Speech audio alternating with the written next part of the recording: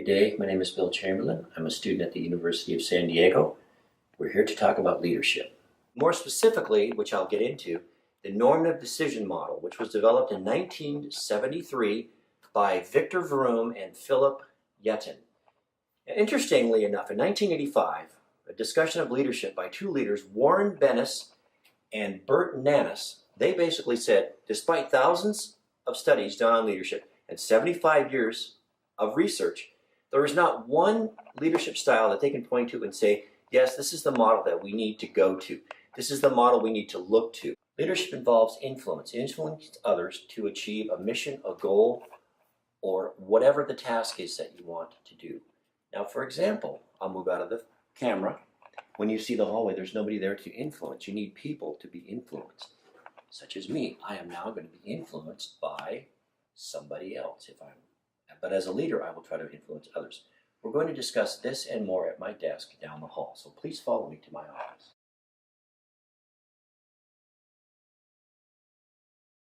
Welcome to my office.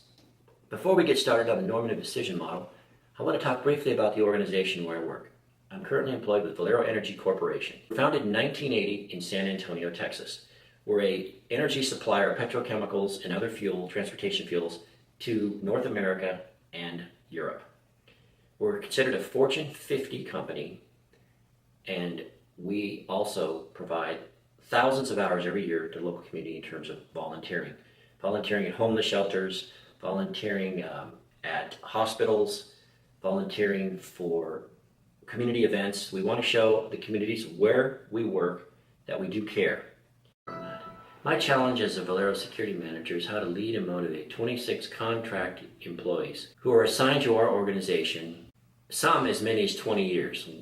And the challenge with them is to get them more involved and have them feel like they're more a part of the equation, the Valero team. 4 things I would like to see is involve them in the decision-making process, recognize and reward them somehow, because there really is no mechanism for that in a contract relationship. It's more of a transactional relationship where they do something and they get paid, but we don't have any sort of mechanism in order to provide them, be it monetarily or with some sort of a certificate.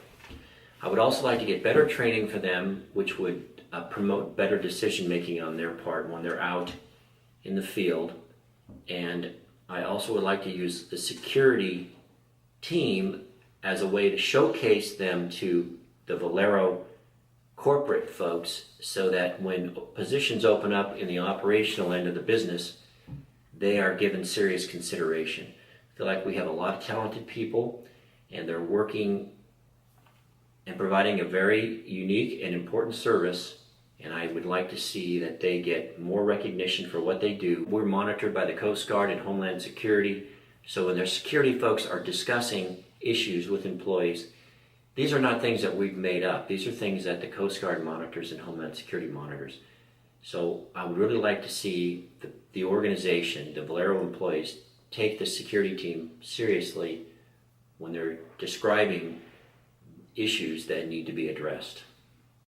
Now that we've discussed my organization and my challenge, the challenge being the managing and influencing of 26 contract security workers who are assigned to the refinery to perform a very important mission, which is to keep the refinery safe and secure.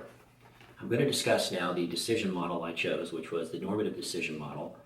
And this model essentially discusses how leaders should adjust their decision depending on the degree in which the decision is important and the likelihood employees will accept the decision. There's many styles of leadership and there's no one particular type that fits all situations. Thus, this makes this contingency theory. There are 5 decision processes associated with the normative decision model. First is where the leader has a problem and he makes the decisions without any input from any of the followers. The second is he obtains necessary information from the subordinates.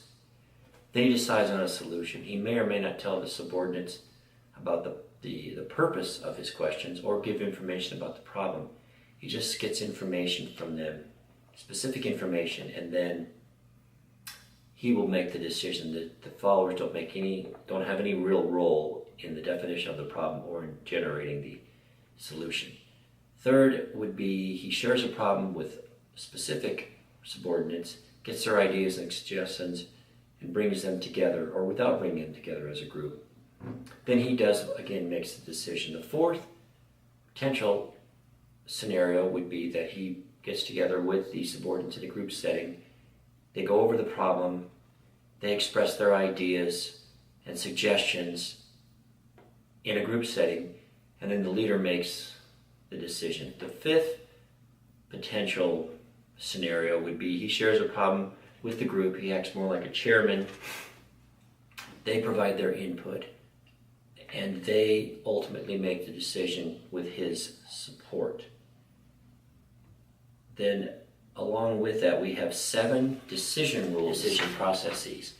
The first 7 had to do with questions such as the quality requirement, the commitment requirement, the leader information. Does the leader have enough information to make a high quality decision? The problem structure, is the problem well structured? Commitment probability, if the leader were to base the decision by him or her, is it reasonably certain that the subordinate would be committed to it? There is goal congruence. Subordinates share the same organizational goals to be obtained in solving the problem. Subordinate conflict, is there conflict with or among the subordinates over the preferred solutions? And then the other 5, the new 5 from 1988, dealt with subordinate information, time constraint, geographical dispersion, motivation time, and motivation development. You would ask yourself, in the subordination information, does subordinates have enough information to make a high quality decision? Time constraint, does a critically severe time constraint limit your ability to involve subordinates? Geographical dispersion, for instance, what are the costs associated with bringing somebody from out of state over to the other location, say Los Angeles, for instance? Motivation, how important is the time that it takes to make this decision? And motivation development, how important is it to maximize the opportunity for subordinate development? So there's a lot of various layers within these models. The 1988 version was computerized, so that was a little bit easier for leaders to work with versus the 1973 model before the computerization.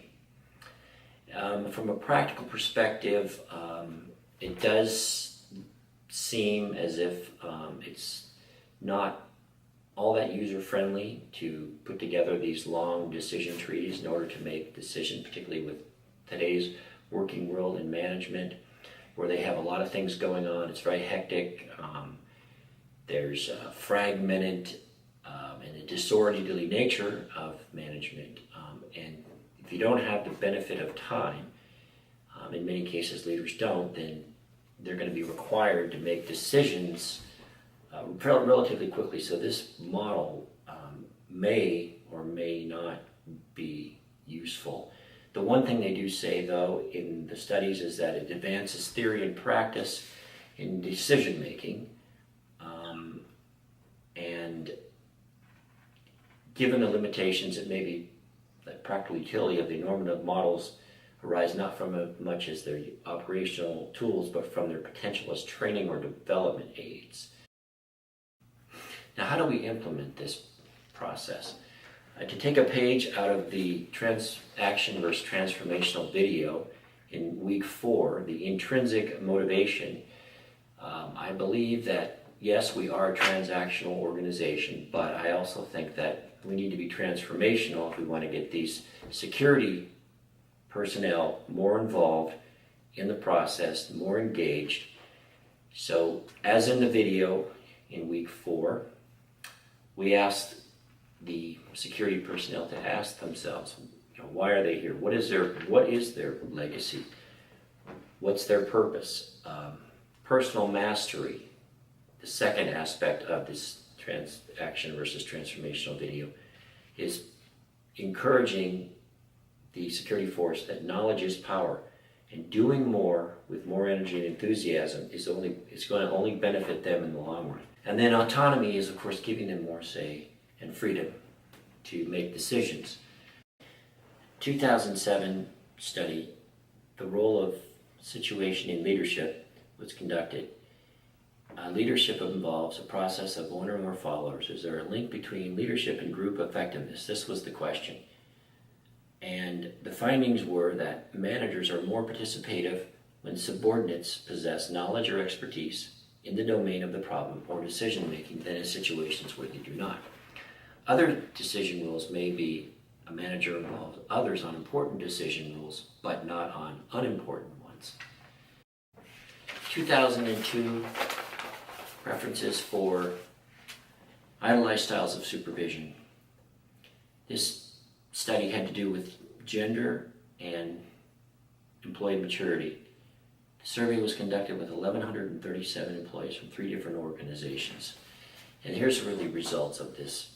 Employees with high levels of education and greater levels of job tenure express less preference for leader structuring, while females express greater preference for leader considerateness. The results suggest an understanding of employee expectations for leader behaviors may be of value in optimizing the level and nature of leader involvement with subordinates, which goes back to situational. Employees who possess greater levels of formal education or are more experienced in their positions, they desire less structuring. Employees with less education and less experience, they need more. They desire more structuring in their daily routine. Further, females they found in this study are somewhat more appreciative than males of supervisory efforts that reflect warmth and supportiveness. In the world of the normative decision model, this would suggest more autonomy for more advanced employees and more direction and decision on the part of the leader for the less experienced. This study promotes situational leadership theory with employees and allows the leader to adjust his behavior for his audience. In terms of decision making, it promotes more decision making with less input from the less experienced and less educated, and more input and decision making ability for the experienced and educated force. Now, what will my security team look like? What is the organization? I look at it this way. The security team, they're like ambassadors to the operation. They're the first face that people see when people come into the facility. And their impression sets the tone for the rest of the visit for our outside guests. So when they meet us, they should recognize that security plays a vital role in the operation, and we're vital to the continued success. And I believe in the long run, this will promote a better security team, a more engaged security team, and one that is primed to do an outstanding job for us at Valero.